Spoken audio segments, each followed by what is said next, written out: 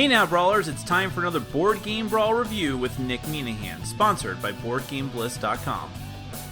Hey now, today we're going to take a look at Metal Adventures from Madagod Games. This is a competitive game where each player takes control of a space pirate and their crew and an appropriately gaudy space pirate ship. You're going to these different sections of this sector of the galaxy, fighting enemy spaceships and taking their wreck and trading them in for money or glory points, and sometimes having to fight the other players as well, or make alliances with them. Now, when you make alliances with them, you can also betray them, but that would be going against the Pirates Code, which is a big part of the game, and could force you to face the judgment of the pirates. Let's go ahead and give you a brief look at how the game is played. Then we're going to come back and I'll let you know what I think.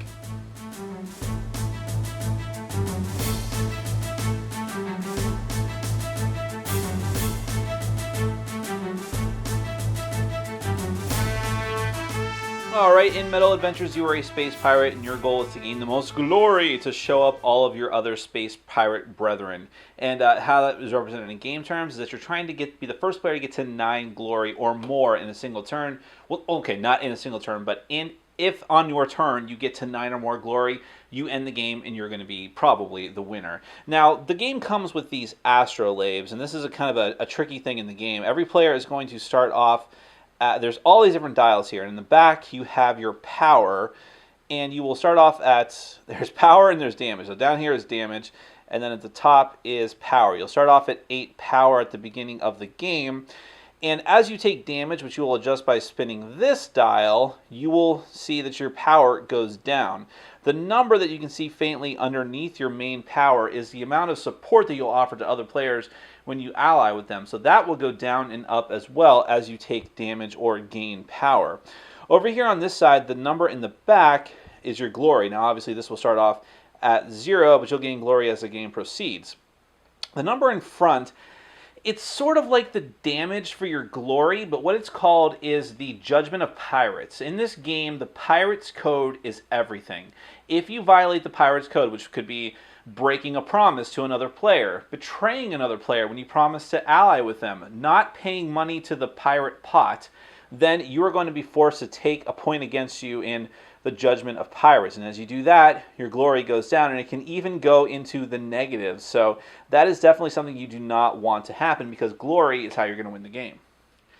Every player also gets a starship card at the beginning. This is not just signifies who you are as opposed to the rest of the players. There's a little story blurb on the back, but you have a special power. So for instance, the Galactic Pirates, you have +1 power versus OCG starships, so any starships that has that logo on it, whereas the Havana Basic over here gets +1 power whenever it's equipped with one of the tool equipment cards. Now, you also have this die, which purposefully, this isn't a die that you ever, well, you will roll it at some points, but for most of the parts of the game, it's just going to sit stationary on your card, and it starts off on its blank face. The other sides of the die are 2, 4, and 6. Now, this is the metal factor die. When you're engaged in a combat, you may choose to roll this together with your other combat dice to give yourself a bonus. However, if you do that, whatever number it comes up on, you're going to put it off to the side of your card. The next time you're in a battle, you don't get to use the metal factor die, and in fact, whatever number is on the die from before gets subtracted from your new combat total. So that's a quirky little mechanic in the game. You're going to start off with 3 credits, and you're also going to have 2 trophies. Now, trophies are a way that you can score glory and extra credits during the course of the game. Actually, I'll show you these over here just to give you an example of what they're like. They're basically conditions that you need to meet, and if you can meet the conditions, you can claim no more than 1 per player turn. So, for instance, you have Trophy of the Revolutionary. If you win a fight alone or with an ally against a ship having a power of 6 points or more than you do, then you can claim this trophy and get a glory point, which is what this signifies, and 4 credits. The Trophy of the Hero, be the player with the most glory points, and if you are, you're going to get a glory and 4 credits. And Trophy of the Aristocrat, have an equipment card of power of 4. You get 2 glory points and 2 credits. And there's a wide bevy of trophies, and each player is going to start with 2 of them that they select from 3. Now, the best way to explain the game is just to run through what the turn order is going to be like. At the start of your turn, you are either going to rest, and if you rest, that's basically resetting everything. You can fix your ship if it has damage. You can reset your metal factor die back to its blank face. You even get to shop over here in the market, but you do have to pay 1 credit more, which I guess represents having to have it delivered instead of picking it up. I don't know, but those are the kinds of generic things you can do when you rest. You're basically just skipping your turn in order to heal yourself back up. If you don't rest, then you're going to go on the Tour of Pirates optionally and then have a battle. So the Tour of Pirates, what that is, first off, you have to pay a credit into the pirate pot. The pirate pot is just where money goes whenever someone has to take their turn and does the Tour of Pirates in battle. And that, well, we'll get back to that. That's going to be covered in battle. But when you decide to optionally take the Tour of Pirates, that is going to all these 4 different areas in this sector of the galaxy and potentially taking the actions that they offer to you. There's multiple different actions. I believe there's 3 and sometimes 2, depending on which planet you're going to, that you can optionally take. And you can theoretically take all of the actions, but there's a couple of caveats. First, you have to be able to take the actions, because some of them cost credits. And you also need to be able to take every action in order. Once you go past an action, like let's say here on Exalia, the actions are I can get new trophy cards, I can repair my ship either partially or fully. If I go ahead and repair my ship, I can't then go back and get a trophy card. Now, that's not a circumstance that would ever happen, but sometimes you might want to buy something from the market and then be like, oh man, this would be a great time for me to go and get a new trophy card and see if it's eligible for whatever's in the market. But you can't do that because that's past that point. So then you go into the marketplace planet, the OCG. Here you can actually trade in wrecks, which are ships cards that you've destroyed in combat. We'll get back to that in a minute. And if you can trade in a full set of 3, you'll get a glory point and 4 credits. If you spend a credit here, you can wipe out all these cards from the marketplace, the equipment and support cards. And then the last spot here in OCG is lets you actually buy just 1 per turn of one of the cards from the marketplace. Now, the cards in the marketplace are either equipment or support cards, which I'll show you a few of now. So just to show you a couple examples, here are equipment cards. You have cards like the memory module. Here's the cost up in the corner. Here's how much power it just gives you straight up. Here's the faction that it belongs to, which sometimes matters. I'll show you in a second. And then the special ability. So the memory module, you get to draw 4 space cards instead of 3, and then put the other one back on top of the pile. Normally you can only draw 3 space cards. The grenades gives you it costs you 6, but it gives you a much bigger power bonus. Belongs to a different type of faction. And this one you actually get another bonus if you have 3 or more cards from this faction. Then you have support cards, which are like extra crew members who will temporarily join your crew. These are one-time use, so you can buy the card, put it in front of you, and then whenever you use their special ability, you have to discard them. So Carmen here, during the Tour of Pirates, which is you going around to all the different actions, you can take an unused action that you already went past. And Captain Jones, you can re-roll all dice during a battle, so that can be very, very powerful. But again, those are one-time use cards. Now, continuing on your tour, you have the Bazaar. Oh, by the way, let me clarify one thing. Whenever you spend money on any of the planets, it goes into that planet's treasury, which is this space here. This is the bank. If you pay for the market, it's going to go there. But any other planet is going to go into their treasury, which is for a reason. We'll get back to that. In the Bazaar, you can spend a credit plus an extra credit in order to take a support card that's been put into the OCG's discard pile, which would be here. Then you can also, this is the only spot on the board, the only action you can take that will let you do the amnesty action to get rid of a Judgment of Pirates point that has been knocked against you. You either have to discard 2 credits or you have to discard one of your Pirate Hunter cards that you've defeated, which I'll get to in a minute. It's in the Pirate deck. Then the last planet is Kharkoum, and here you can spend a credit and discard a wreck in order to get another wreck from the discard pile here of the space deck, which can be important because you might want to get a particular set of cards. In the last space here on the Tour of Pirates and the last one in Kharkoum, you can spend either 6 credits or 6 total wreck cards of any combination in order to get a glory point. So that's another way you can get glory points in the game. Now, either before or after you go on the Tour of Pirates, you must perform a battle. If you did not take the rest action, you have no choice in this. Either before or after you go, you have to perform a battle. But you have several different options as to how you can do this. The first option is just to go into the space deck and fight a random ship. These are ships that are just patrolling the galaxy, maybe rival pirate ships that aren't the other players, and so on. And if you choose to do that action, then you're going to draw the top 3 cards off of the space deck, populate them here, and then choose the one that you're going to fight. The other two are going to be put back into the discard pile here. Now this is interesting because another option of how you can fight is to pay 2 credits to fight a ship in the discard pile through Kharkoum, this is where like ships go to once they're out of the sector. They always land in Kharkoum, so you can fight them there, but the battles happen the same way. Now just to show you some of the cards that are in the top half of the space deck, you have cards like Galactic Safety here, which is 6 power, and if you defeat it, you're going to get 3 credits, and it counts as the green faction. I think it's the OCG faction. Then you have the Destria Nova, which is a little more powerful, which has 10 power and gives you 3 credits and counts for that yellow faction. And then there's really powerful ships like the Hound, which give you 5 credits, and for this faction, for the wreck, whenever you take a card as a wreck, you just put it face down in front of you. And it gives you a glory point because it is so strong. Now you'll notice that there are red dots up near the power of each of these ships. That's how much damage you're going to take if you fail in combat against it, so something to keep in mind.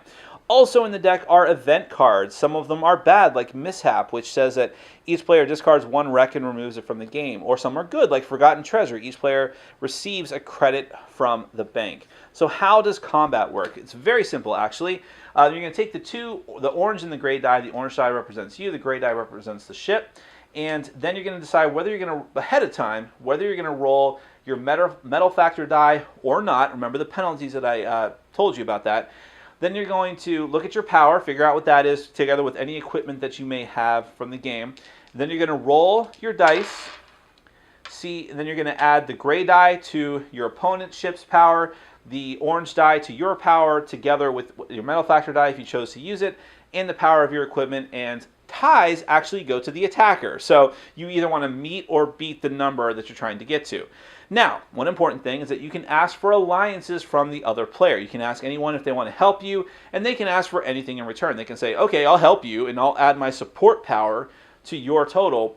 You decide this ahead of time before you roll, but I want a credit. I want 2 credits. I want the promise of future credits. I want you to give me one of your wrecks. You can promise anything in this game, make any kind of deal you want. In fact, you can freely swap equipment with each other. You can make any kind of trades or negotiations during the course of the game that you want, as long as, well, except for you cannot trade glory points. And if you trade trophies, those are always hidden. So you can say, okay, I'm going to trade you a trophy, but I can't show you what it is. Here's the thing. This is where the Judgment of Pirates comes in. I told you this earlier before. If you go back on your promise, or if you decide to ally with someone but then betray them, which means that you would actually add your power to the opponent's ship, then you're going to take a Judgment of Pirates hit, and you're going against the code, and you're going to lose glory for that. But sometimes it's beneficial for you to do that, but making an alliance with another player is certainly a valid option. But now you do have other options as to who you battle. You could choose to battle the 3 planets, not the Marketplace, the OCG, but Exalia, Kharkoum, or the Bazaar. Now, if you choose to do that, then you cannot use any of their actions for the turn. Whether you choose to attack before or after, or whether you choose to go on the tour before or after the battle, you cannot then use that planet that you chose to attack. And when you choose to attack them, that is their power. And the rewards that you get are, first off, whatever money they have in their treasury from previous turns. Plus, depending on the space, you're either going to get trophy cards, support cards, or more wreck cards. But it is a dangerous thing to do just because you're limiting yourself from those actions for at least that turn. And finally, the last option that you have for a battle is, of course, the other players. You can decide to challenge the other players. You issue a challenge to a player, and once you've done it, you have committed. It's over. Now, this is not a knock against your Judgment of Pirates code to do that, because it's an official challenge and you're issuing it earnestly, and you can even ask for allies from the other players the same as you would before. The only differences here is that, of course, you're attacking another player, so they're adding their power together the same way as you would when you're attacking a ship from the deck. They're going to roll the gray die, you're going to roll the orange die, and you can all each choose to use your metal factor die as well. Now, when you've determined the winner or the loser of a battle as far as challenging another pirate, then you get 1 glory point, which is important. That's the way that you're going to win the game. But also all the money that's in the pirate's pot, and you also get either half of the loser's money, half of their one of their improvement cards, or half of their wreck cards. So it is seriously debilitating to lose a challenge, and you definitely want to get help from the other players if you can. A couple of last things I want to mention. One thing, I skipped over a couple things involving the space deck. First off, if the space deck runs out, that's another way that the game is going to end if the players are taking too long to accrue glory points, so the game's not going to drag on too much.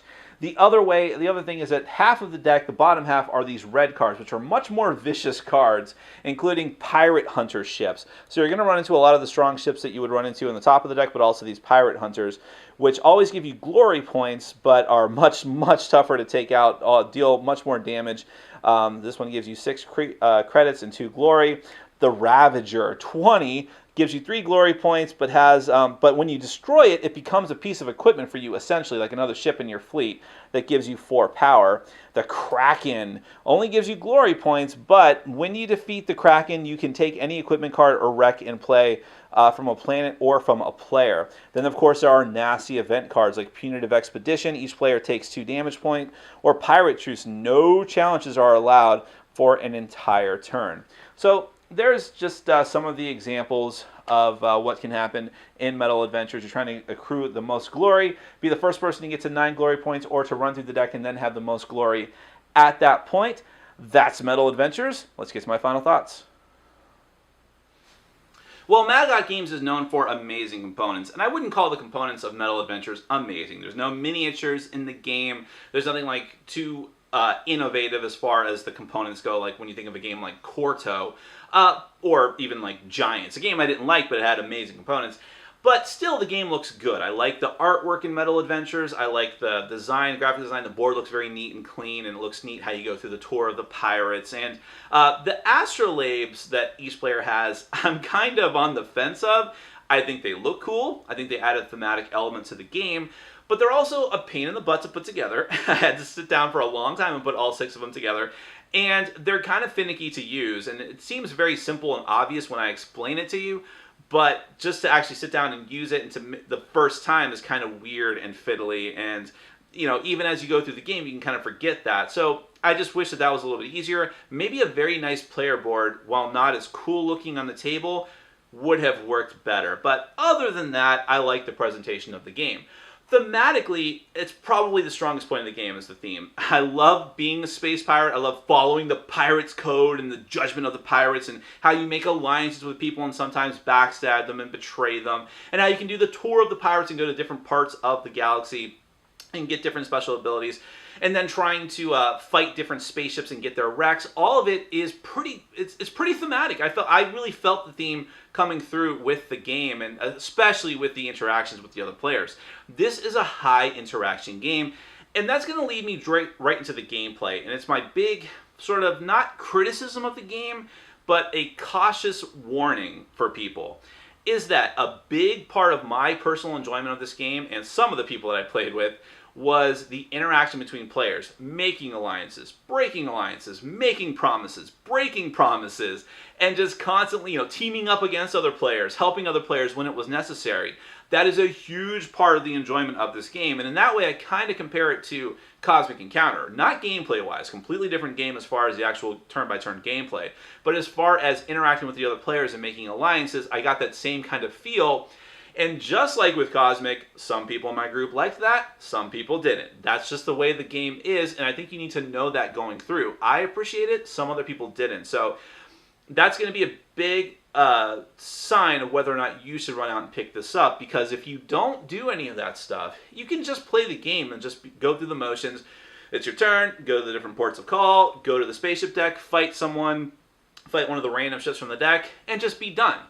And never fight another player, never challenge anyone else for the pirate's pot, never make alliances, never break alliances, never do any of that stuff. But I think you're missing out on a huge part of the game if you don't do those things. So that would be my warning about that. Other parts of the game, just as far as the base mechanics and mechanisms of it, are interesting, but not that innovative or groundbreaking.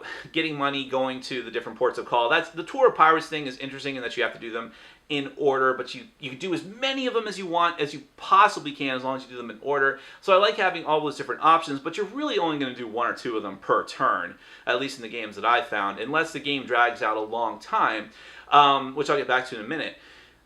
Going for the different equipment and support and equipment, those are interesting, but again, that's something earth-shattering. I've seen that in other games. The space deck is a little more interesting in how you can interact with that, and you have a bevy of different options to fight if you decide to go that route, and they get tougher when you get to the second half of the deck. And then asking for alliances, like I said, with the whole Pirates Code and the Judgment of Pirates thing, makes that whole section very interesting. But where I would have a bit of a problem with the game is in how you're getting the glory points, because fighting spaceships and fighting the other players is a way to get glory points, but fighting the spaceships from the deck is not a guaranteed way to do that, because most of the ships do not grant you glory points, at least until you get into that second half of the deck. Fighting the other players is a guaranteed glory point as well as a lot of money, but it's really tough to do that, and it should be. I mean, combat is, not that innovative, although you have the whole thing with the metal factor die, and that's kind of a cool push your luck thing. Combat it's neat and kind of streamlined, and I like the way that it goes, but it's still very difficult to fight another player, as it should be, especially when alliances start happening. But the trophy deck is where I think the balance gets thrown out of whack with the glory points, because some of the cards in the trophy deck are difficult to achieve, and some of them are very random to achieve. Then okay, it's a game about pirates, some sort of luck should be involved. But some of those trophy cards are really easy to achieve and give you a lot of glory points. One in particular I'm thinking of, all you have to do is have 5 wrecks, which means you have to have destroyed 5 ships through the pirate deck, or through the space deck. However you do that, get those 5 wrecks, get 3 glory points with that trophy. That's amazing. That's a third of the points you need to win the game. You only need 9 to end it and probably win the game. And there's other cards like that too that just aren't that difficult. Have 2 support cards and get like 2 glory points, or 1 or 2 glory points, as well as money as well, which money is pretty hard to come by in the game. So it's really critical when you can just get one of these easy trophies and get like $4 or $5. It's like, wow, okay, that was not a lot of work to do that. So I love the idea of the trophies. I just worry if they are too unbalanced in the game. Now, part of the reason that they do that is because of they want to keep the game short. The box is 45 to 60 minutes and it's 3 to 6 players.